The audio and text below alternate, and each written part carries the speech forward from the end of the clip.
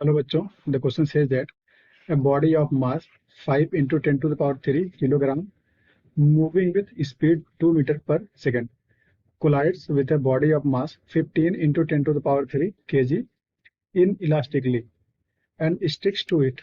Then loss in kinetic energy of the system will be, and options are 7.5 kilojoule, 15 kilojoule, 10 kilojoule and 5 kilojoule.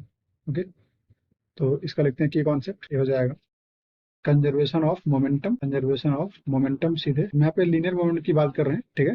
तो P I equals P F. देखिए, collision का चाहे कोई भी हो, momentum हमेशा conserve होगा। ओके, सेकंड यूज करेंगे हम लॉस इन काइनेटिक एनर्जी। तो लॉस जो होता है वो हो जाएगा initial kinetic energy minus final kinetic energy, ठीक है।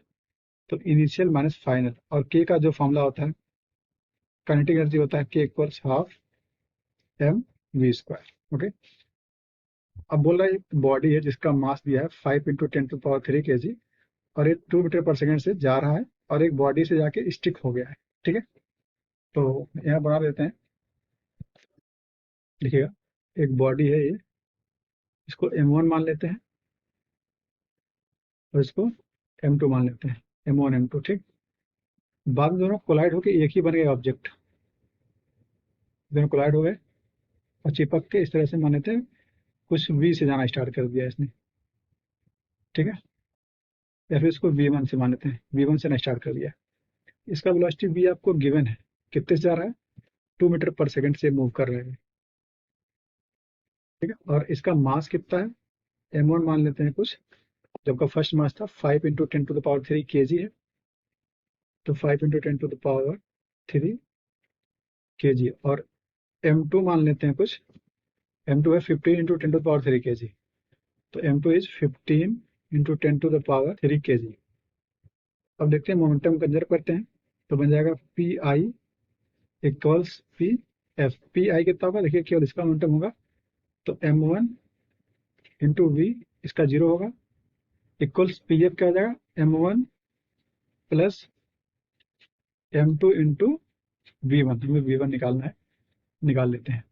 तो देखिए m1 पुट कर देते हैं, तो m1 5 into 10 to the power 3 और इंटू v कितना है 2 इक्वल्स, यहाँ पे m1 प्लस m2 है तो m1 5 और इसका 15, तो ये 20 इंटू 10 टू द पावर 3, दोनों कॉमन थे, कॉमन ले लिया, इंटू v1 एम किया हो गया 10, तो हो गया 10 into 10 to the power 3 upon 20 into 10 to the power 3 equals v1 कितना आ जाएगा, 10 अपॉन 20 आ गया, मतलब 1 अपॉन 2, तो v1 आ गया है 0.5 मीटर पर सेकेंड, ठीक है।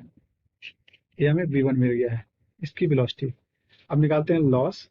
लॉस क्या बन जाएगा, के इनिशियल माइनस के फाइनल, तो लॉस हो गया है initial kinetic energy minus final kinetic energy, तो ये हो गया हाफ, केवल m1 मूव कर रहा था तो half m1 v square minus half m1 plus m2 into v1 square, ठीक।